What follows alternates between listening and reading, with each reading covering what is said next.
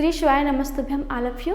Welcome our YouTube channel K R Sahu class. तो guys, आज की इस वीडियो में आप लोग को स्पेशल जानकारी देने वाली हूँ और आप वीडियो को पूरा तक देखिएगा और पसंद आया तो वीडियो को लाइक जरूर करिएगा। तो आज इस वीडियो में आप लोग को बताने वाली हूँ कि आप जैसे एमए इंग्लिश कर रहे हैं फिर बीए कर रहे हैं, ठीक है। जैसे बीए और एमए वालों का होता क्या है, अक्सर सामने वाले यही कहता है कि अगर एग्जाम है तो उसे फेंक करके लिख दो, है ना। हम इस बात को सुनते भी हैं।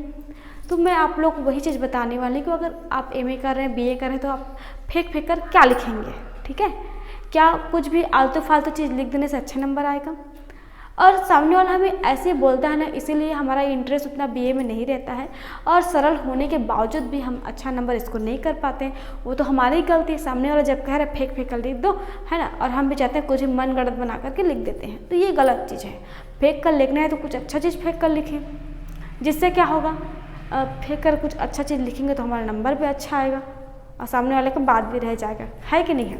तो क्या करना मैं आप लोग को बता रही हूँ। देखिए, आप एमए इंग्लिश कर रहे हैं फिर बीए कर रहे हैं, जो भी है ना, हिंदी फिर इंग्लिश में, या फिर एमए इंग्लिश कर रहे हैं फिर हिंदी कर रहे हैं, तो आपको फालतू चीज़ को फोकस नहीं करना है। और ना ही आप जब एग्ज़ाम दिला रहे हैं तो एग्ज़ाम पेपर जैसे दे रहे हैं, लिख रहे हैं, तो उसमें ऐसा चीज़ मत लिखिए जो आपको खुद समझनी है। कोई स्टोरी नहीं है, जब उसमें कोई स्टोरी नहीं लिख रहे हैं, आप कहीं पर द लिख रहे हैं, आप कहीं पर दैट लिख रहे हैं, कहीं पर इफ़ लिख रहे हैं, लिसन लिख रहे हैं, यू लिख रहे हैं, सी लिख रहे हैं, हर लिख रहे हैं, जैसे इससे कुछ मीनिंग है क्या?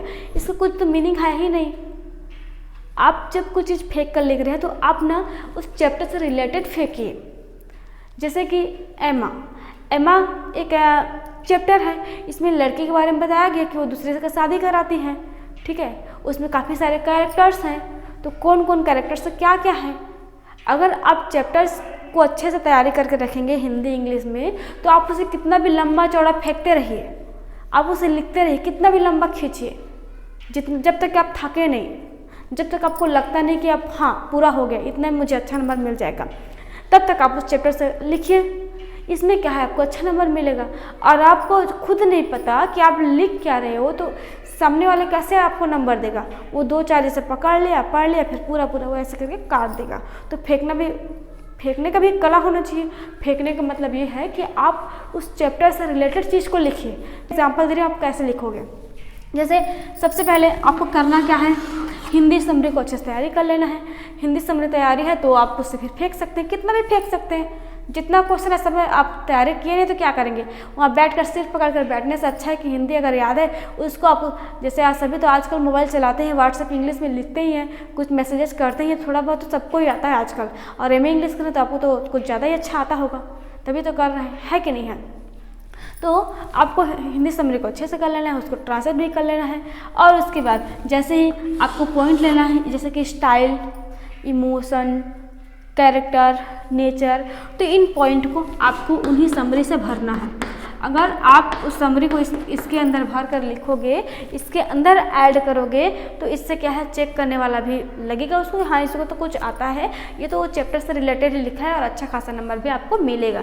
तो ऐसे आपको फेंक कर लिखना है, कुछ फालतू की चीज़ को नहीं फेंकना है, जिससे कि आपका आंसर सीट है ना चला जाए और आपको अच्छा नंबर भी इसको ना हो, ऐसा काम नहीं करना है। तो आई होप आप लोग को समझ में आ गया होगा कि मैं क्या कहना चाहती हूँ। और आप लोग को इस तरह से लिखना है, पॉइंट टू पॉइंट लिखना है, और उसी समरी को आपको इसको क्या करना है, इसके अंदर एकदम सेट करके लिखना है, ठीक है। तो ऐसे में आपको अच्छा भी नंबर मिलेगा, ठीक। तो बताइए आपको और किस पर भी वीडियो चाहिए, मैं नेक्स्ट उसी पर बना दूँगी। और मिलते हैं फिर नेक्स्ट वीडियो में। कैसा लगा मुझसे कमेंट करके बताना ना भूलें।